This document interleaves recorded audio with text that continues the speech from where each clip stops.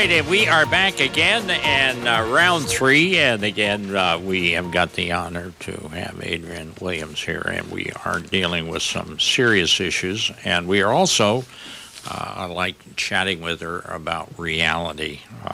There is certain intentions that are meaning by the administration or previous administrations. Everyone is trying to spread the wealth. However, we left on the issue of bonding.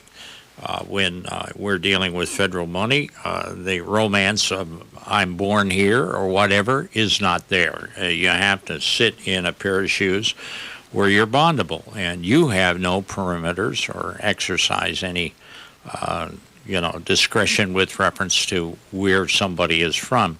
Talk to me about this concern on the bonding. And the net result will probably some of the little guys be looking for somebody a little bit bigger and become a partner.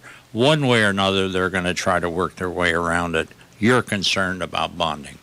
And when the last time we were here, Holland, we had we were promoting the disaster recovery, doing business with the recovery workshop, where we had over 100 business owners attend in both districts. And yes. And they were, that's an issue, a recurring issue, unbonding and the ability for small businesses to be able to meet some of the requirements. And, unfortunately, the requirements cannot be waived because they're federal projects, they're federal mandates. That protection of the federal investment must happen. But what we're trying to work together is a lot of these training programs, and looking at ways that we can provide some relief to smaller contractors. That may mean we have to do some partnerships.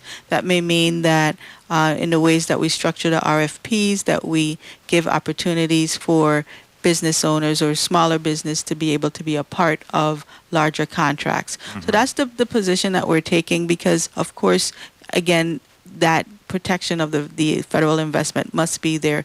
The protections for these big contractors and big contracts, they must happen. Yeah.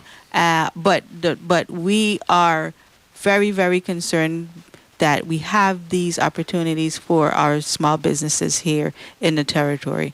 And we will continue to provide workshops and other information and structure sure. our RFPs to ensure that we get maximum participation across the business community. Well, I mean, are you obviously prepared, to look at the kind of contractual agreements that they draw up to be able to circumvent some of this? I was watching the press conference, and again, Housing Finance Authority was touting, and I obviously agree with them on trying to reach out and give everybody an opportunity. But when you look at the reality of this, and all of a sudden I'm involved in this, whether I'm in a workshop and I'm a little contractor, somebody says, by the way, you're going to put your house up as collateral to get this bond. You're going to have, again, whatever assets you have being put up. How do you explain that to the guy out there that is anticipating being part of this and realizing that there really is very, very difficult to become involved in it other than becoming a partner? And Holland, again, I also tout and really commend the Housing Finance Authority, Executive Director Griffith, on his efforts to ensure that the small construction companies and small contractors get a piece of the pie. When I was there at the Housing Finance Authority, we created a small business construction contractor program that financed small contractors, because when we were looking for contractors to be able to get our homes constructed, these contractors were being left out, and they consistently said, well, what about us? How do we be able to do this? When we go to the banks are turning us down. The banks are not providing us these opportunities. And we were able to put together a financing program for small contractors that we actually saw success with.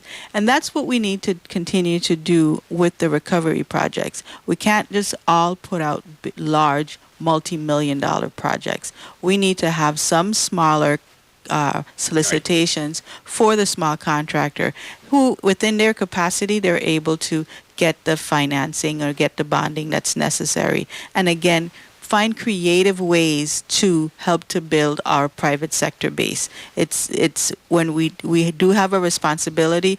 We've worked with the Economic Development Authority through their programs for small businesses, Sure. and using some of the funds that we have now to create those programs that think outside of the box. And that's really, the Governor Bryan has always looked at being able to create innovative ways Sure. to the way that we do things.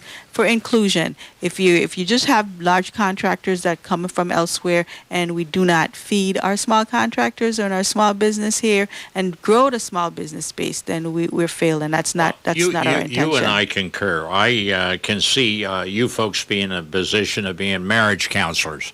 In other words, trying to team up.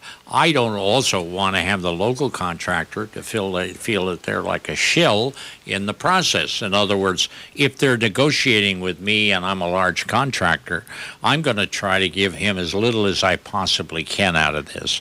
And that is the problem. They have to get guaranteed so much work themselves to be paid for legitimately from the guy that they married to be able to make this thing work. So some of them are not that sophisticated to sit eyeball to eyeball with somebody and says, look, you've got nothing unless you have me, and I am not going to be used in this process just because I happen to be from here. So it's a very complicated issue, and it's going to take a lot of counseling. And, of course, the other side lawyers up. Our people don't have a bunch of lawyers to sit there and take a look at their arrangements that they've had. So it does concern me. I am very concerned, but I am so empathetic with the governor. Unless we do this, we create a social environment here that I don't even want to conceive what will happen in the future, because once you abuse to this level and you're offering opportunities and there's no follow-through, and it creates a tremendous anxiety in the community. And again, so many times Virgin Islanders are displaced here and just used as, as I say, a shill. Yes. So, we have a lot of projects across the territory, and we've developed the top 100 projects that we are ensuring that we move these projects along. And these are projects that either there's funding that's already been made available to the territory, or they have the most criticality to the residents that these things need to be fixed, or there's just absolute funding that has to be spent. And the governor has prioritized this, the top priority being the Governor Wang F. Louis Hospital. If you notice in our paper today, we have Commissioner Petty talking about a lot of the road projects and some of the drainage projects. Yeah. And these projects are done across the territory. There's to the extent possible, we're ensuring that there's balance between St. Croix, St. Thomas, St. John, Sure. and Water Island, because we completed a composite pole project on Water Island. So ensuring that these projects are done across the bay and across the board. We have drainage projects, and you may see, there's 2 projects that were approved for St. Thomas and Yes. 1 project for St. John. But there's always the greatest extent for parity.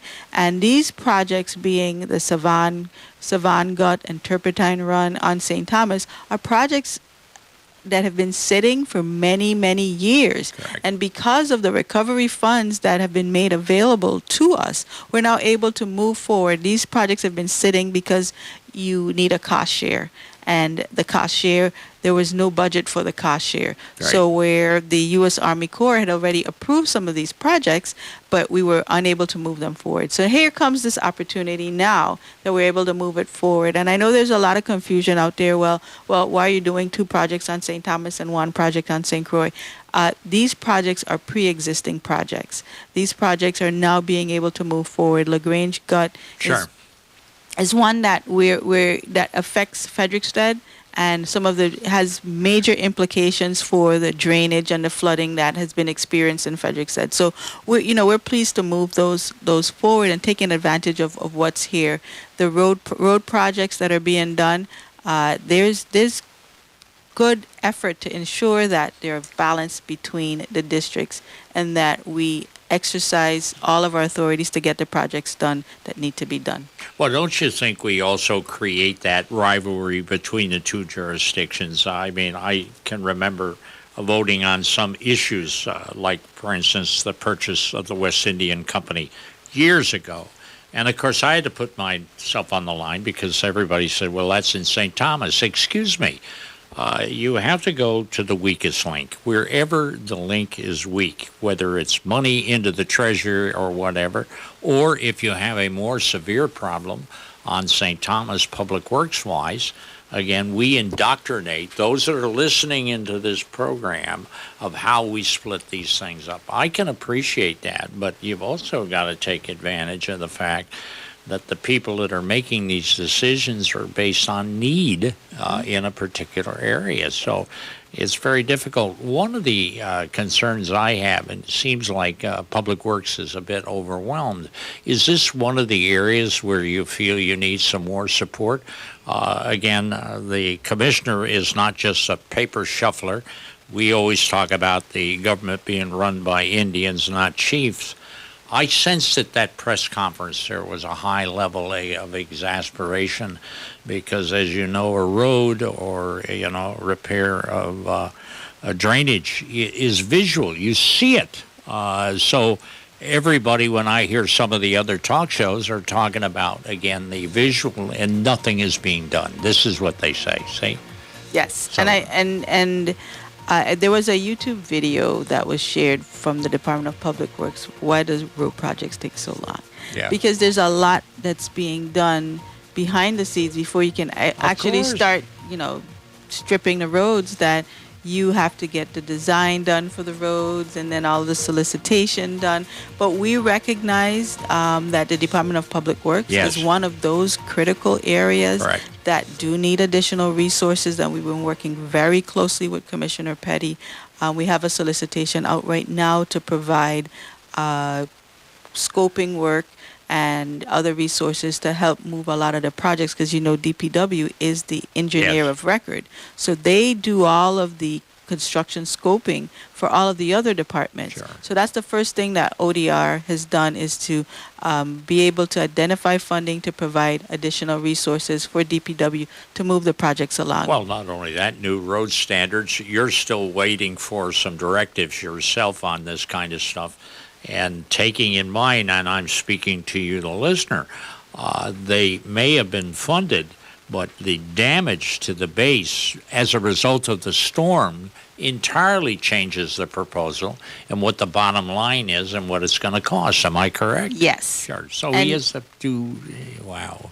We know that was one of the wins that we've received, that we do have the road standards, and Commissioner Petty spoke about the fact that FEMA has granted us the authorization to rebuild our roads to the federal highway standards. Correct. So what that means now is that they're actually going to give us enough funding to build back to the federal highway standards, which is a higher standard than some of our local roads were able to. So, it took a long time, but that makes a difference with the amount of money that we'll actually get to rebuild our roads, and not only just to do milling, scrape and milling. We're fixing the drainage issues. Sure. So it's not, any of these are not simple fixes, but it takes some time. Well, but not at the end, only that, the bottom line is the results. And again, as I always say, if we don't seize the moment, shame on us. Yes. Again, let's take a break. We'll be back in a minute. You're on Caribbean Country 93.5.